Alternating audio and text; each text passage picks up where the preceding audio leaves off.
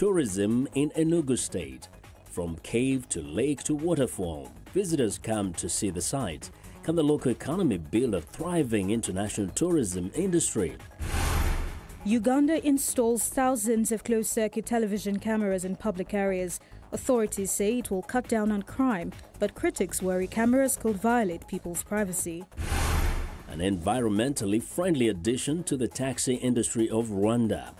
The electronic motorbike known as e-moto hits the streets of Kigali. Africa 54 starts right now.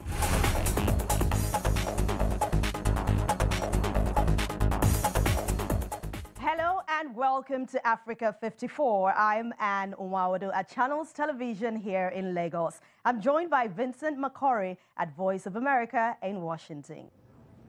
Well, thanks. I'm Vincent McCorry at our global headquarters in Washington, D.C. Happy to be with you again for another edition of Africa 54. Let's start off with a look at tourism in Enugu State, and Nwagodo in Lagos brings you that story. That's right.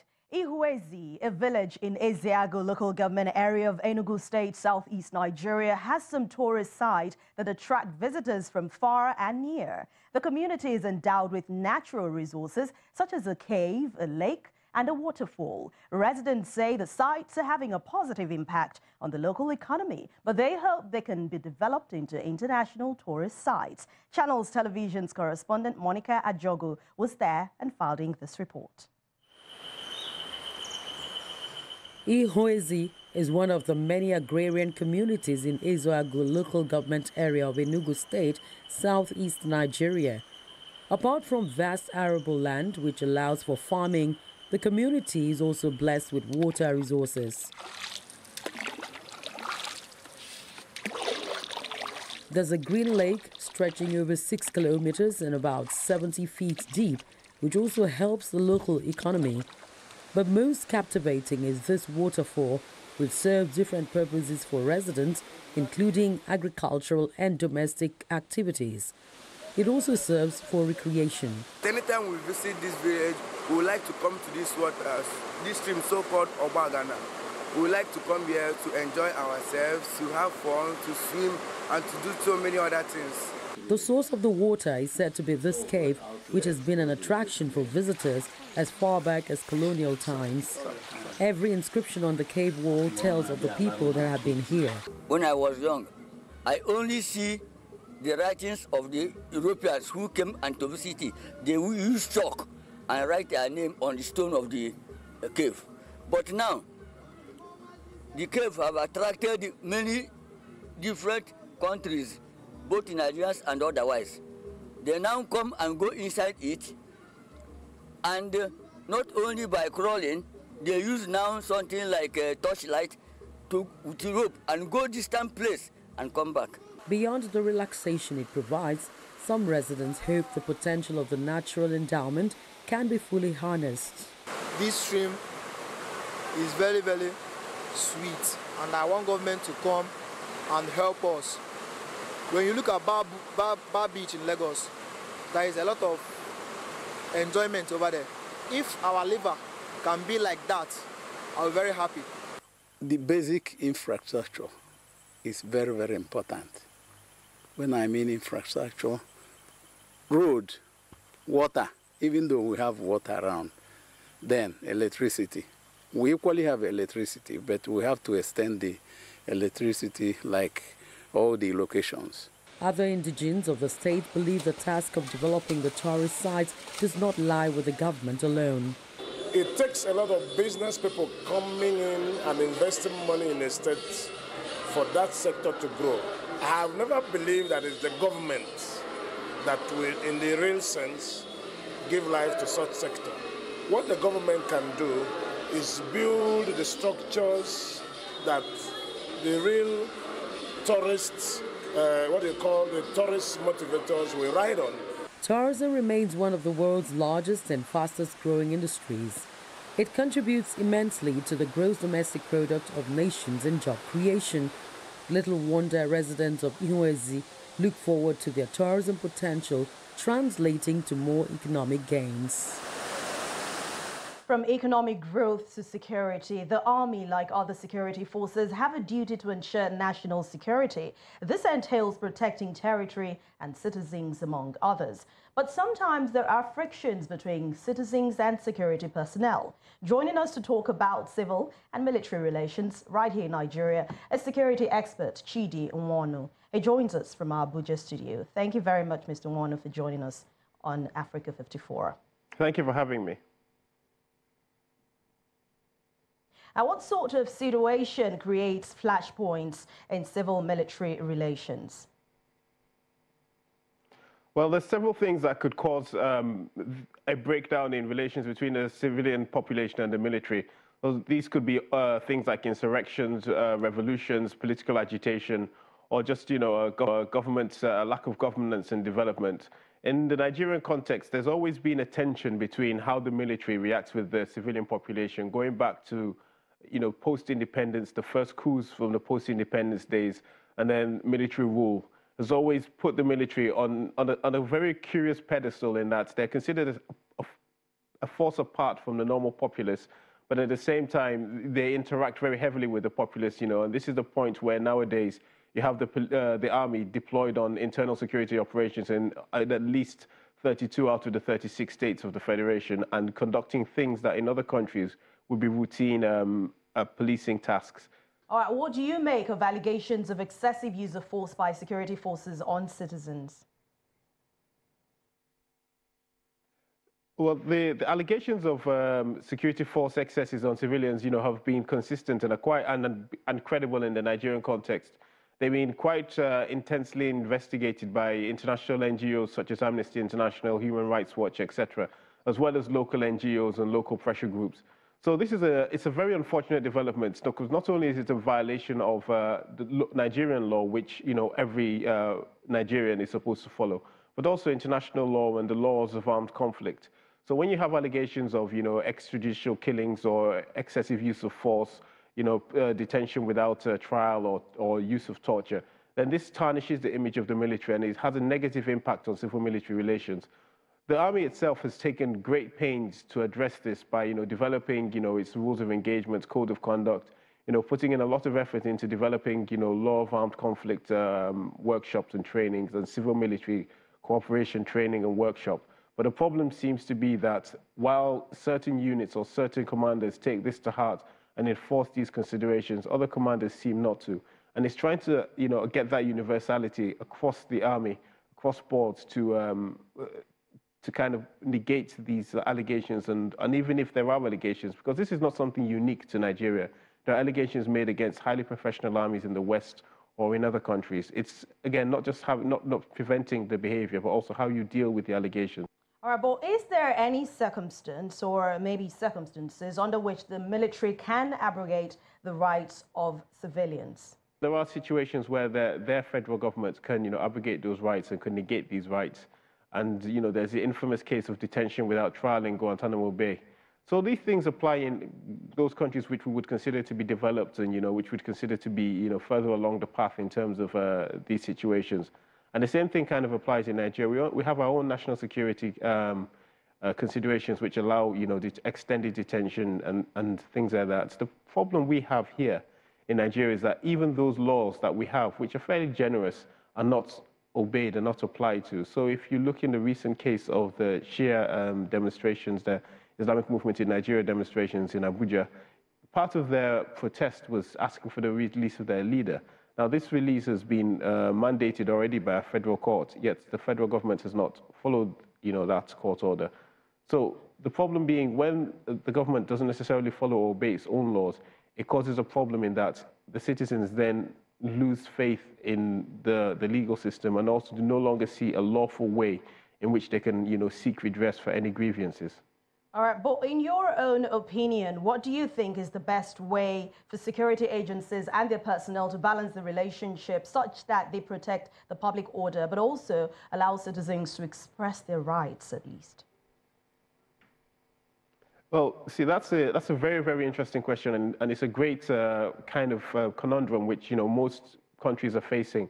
The way most countries have kind of dealt with this is, as I said, although they've brought in laws which give them quite, sweeping powers, in which to abrogate citizens' rights. They also put into step mechanisms whereby there's checks and balances.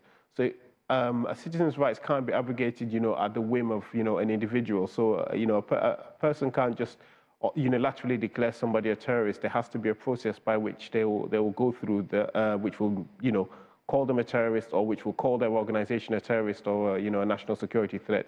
By having those steps which are clear and which are transparent and which people can understand, it kind of removes the risk of, acting at a whim and, decisions being seen as illegitimate. Thank you very much, security expert. It means that the government, Well, I want to know what you think about Africa 54 and the stories we covered. Join the conversation on Facebook. The address is Africa 54, and check out our headlines 24/7 on voaafrica.com. Coming up, in Cross River State, an art exhibition to promote cancer awareness raises funds for treatment for more than 20 patients.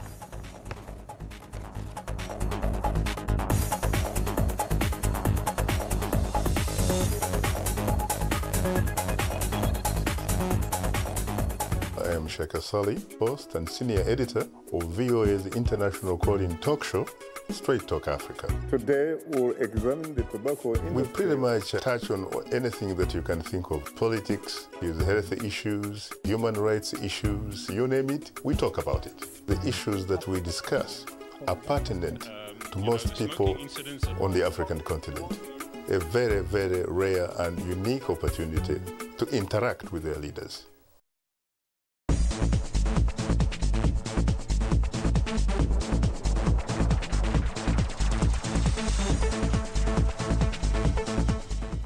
Welcome back to Africa 54. I'm Vincent McCory in Washington. Now, Uganda is installing thousands of closed-circuit television cameras in public areas throughout the country in an effort to fight rampant crime. Authorities say the cameras are necessary to maintain public safety, but critics say they could be used to violate people's privacy. Halima Tumani has more from Kampala. Uganda's President Yoweri Museveni says installing thousands of closed-circuit cameras in the country will help deter violent criminals and terrorists. You hide in the borders, you hide in the population because the population is a big number, and also you take advantage of lack of alertness. We are not alert, we are busy doing our own things. We are not concentrating. Then they come, they cover their face, shoot somebody, drive off.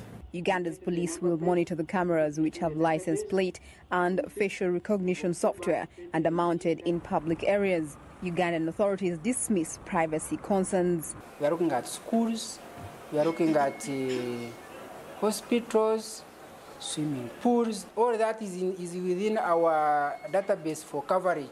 So we are not going into people's homes. Museveni ordered funding for the CCTV cameras after a wave of high-profile murders, including the 2017 killing of a top police official, Andrew Felix Kawesi. Human rights lawyer Galisonga Julius believes Ugandans need to forfeit some privacy for security. Under certain circumstances, under the Constitution, your privacy can be infringed upon. For example, if there is a court order to that effect. Now, in this case, considering that the cameras are on the street, maybe you could say they are capturing what happens every day on the streets as opposed to what happens in your bedroom. But critics say government is embarking on unlawful surveillance of its citizens. Dorothy Mukasa, team leader at Unwanted Witness, an organization that advances freedom of expression on the internet and right to privacy, is worried about what authorities will do with the information they collect. Government says they're really trying to secure citizens, but in the long run, they're making us very, very insecure because we do not know who has control of our data. How do they use it? Where do they dispose it, if at all there is a process of disposal which we don't even know as citizens? On the streets, there are mixed reactions. Some Ugandans think the cameras are long overdue. But Cesar Mukasa says he feels unsafe. Actually, we really think they are being used by criminals. Guys are monitoring us everywhere we go, so they know it's around 5 p.m. He's getting out of his house. At 5 p.m. he's coming back, so they know our movements. This is very unsafe for Ugandans. Time will tell if Mukasa's concerns are well-founded. The cameras began going up in July, and police say more than 350 have been installed so far. Halima Athmani for VOA News, Kampala. As deadly as cancer is, early detection increases the chances of survival. The exact burden of this disease in Nigeria is not known, but there are reports of increase in cases, especially breast cancer. In Cross River State, South Nigeria, secondary school students, in collaboration with a non-governmental organization, are using art to create awareness about this disease. They also used an art exhibition to raise funds for treatment for more than 20 patients. Channel's correspondent Imani Ode compiled this report. On display at this exhibition in Calabar, the Cross River State capital, are artworks done by secondary school students depicting one of the most dangerous cancers affecting women, breast cancer, the second commonest cancer globally. She's not happy. Each painting captures emotions such as fear and other challenges associated with the disease. Health experts believe tackling cancer requires the availability of necessary facilities such as mobile cancer care centers. Breast cancer is a global burden. I must say that thousands of lives are claimed by the disease. It affects all countries at all levels of modernization. It affects all women, irrespective of religion, creed, and political affiliations. Because cancer treatment can be expensive and not within the reach of many, the art exhibition seeks to raise funds for indigent cancer patients. My last patient was 18 years old and she has cervical cancer. Her mother is a trader, father is blind. How will we cater for chemotherapy? Where do we go from here? And I said to myself, why do I want to continue to do screening when I cannot help the women that I screen? And so we said, let's go one step further. Let us source for funds to take care of these women. Women in hard-to-reach areas, women who cannot afford 3 square meals in a day. According to a representative of the wife of the Cross River State governor, plans are in place to develop a cancer control plan in the state. Will be developing a cancer control plan for Cross River State. This plan has been developed in other states, and we want to domesticate the national plan here in Cross River State. And with that, we'll have a more coordinated cancer intervention in Cross River State. Other art expressions by the students, such as drama and role play, are also part of the cancer awareness campaign. The organizers of the event say the reason for using art to spread the word is because of the power of art as a tool of expression. It's time for a short break now, but first we remind you to visit our website channelstv.com for news and other programming around the clock. You can also find us at youtube.com/channelsweb. Still to come. Fashion Week in Johannesburg. African designers promote fashion from across the continent. That story after the break.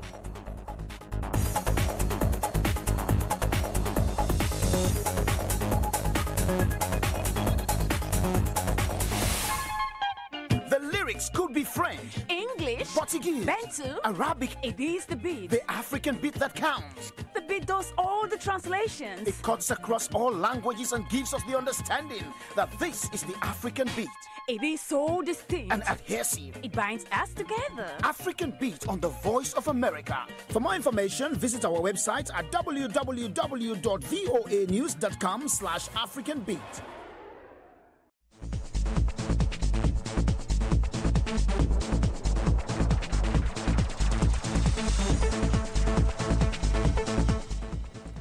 Welcome back to Africa 54. I'm Vincent McCory in Washington.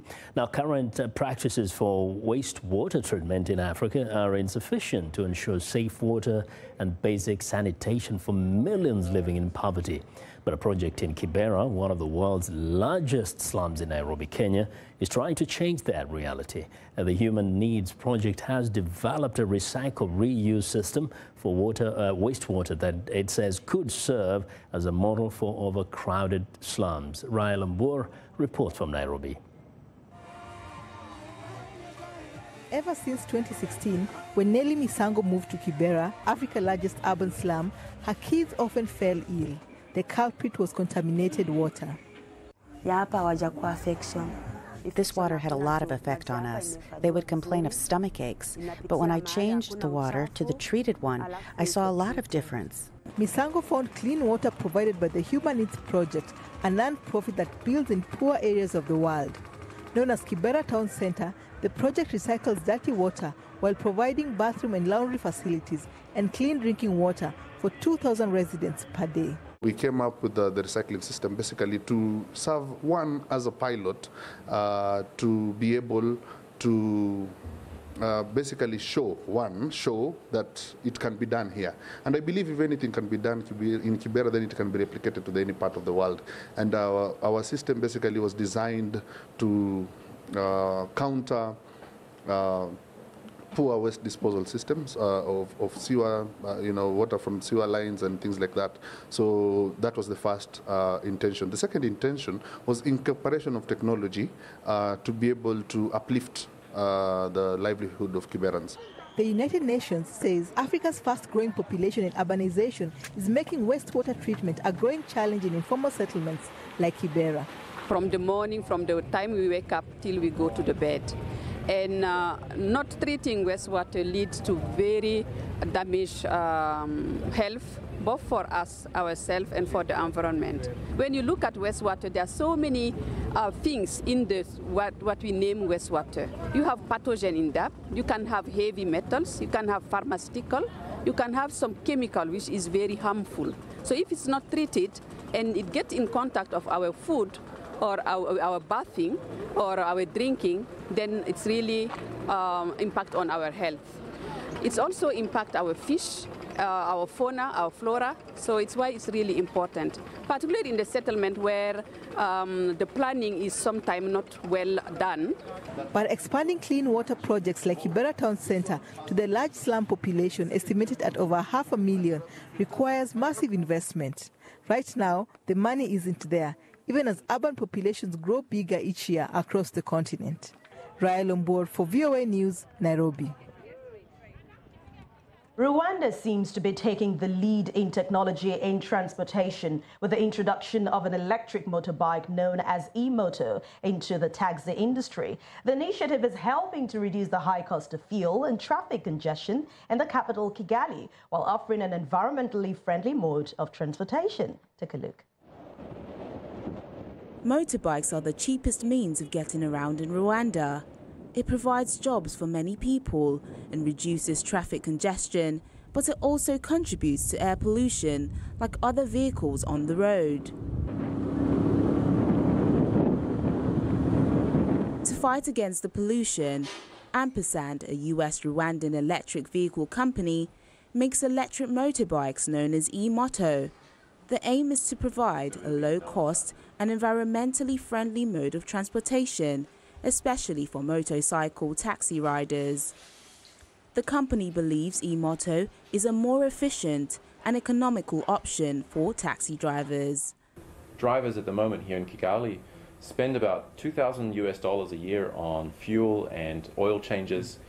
They don't have to do any oil changes with us, and the cost of energy with us is going to be something like $900 a year. So for a motor, that's $1,100 a year saving. It's a huge amount of money. According to Rwanda's Taxi Moto Federation, there are around 25,000 registered motorcycle taxi operators. In Kigali, taxi motos are notorious for being involved in many road accidents. But Ampersand claims the electric motorcycle can help reduce accidents. You know, in Kigali, more than 90% of the accidents, the many people, they say it is motors. So the brake system is really strong than the existing one. This is smooth. You hear it when you ride it, there is no noise. E-motos are expected to cost between $1,300 and $1,400, compared to $1,900 for a petrol-operated motorcycle. Although the purchase price is still high, Ampersand says drivers will save more over time because electric bikes do not have air filters, oil, spark plugs, or use fuel. I use at least 3,000 units worth of electricity, whereas I used to spend 5,000 Rwandan francs on fuel. But 3,000 units of electricity only cost around 1,900 Rwandan francs. So as you can see, petrol is more expensive and using electricity is more affordable.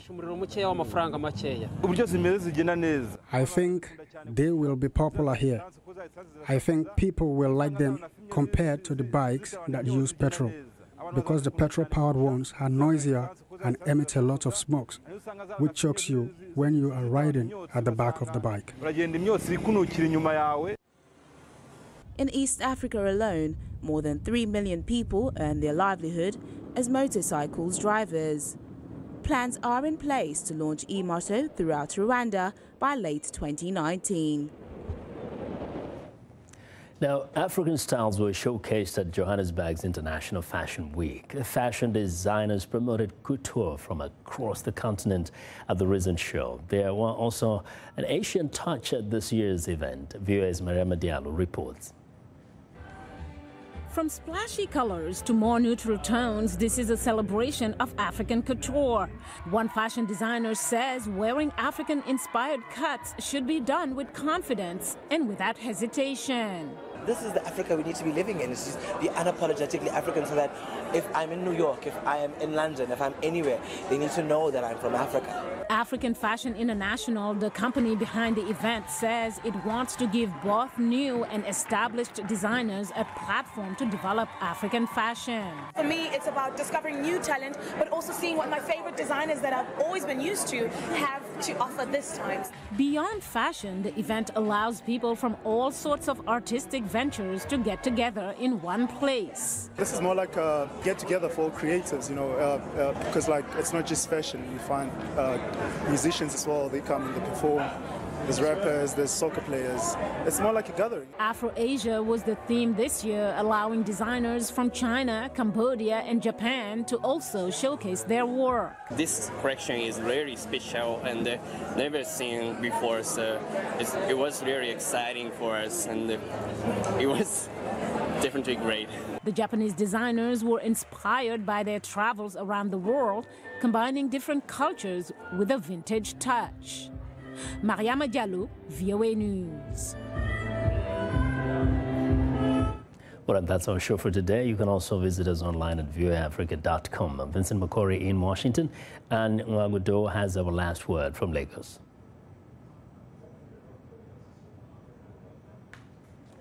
We look forward to bringing you another show next week. ChannelsTV.com is your source for local news, sports and programming and everything Nigeria. I'm Anne Omaodo. Thanks for watching and goodbye.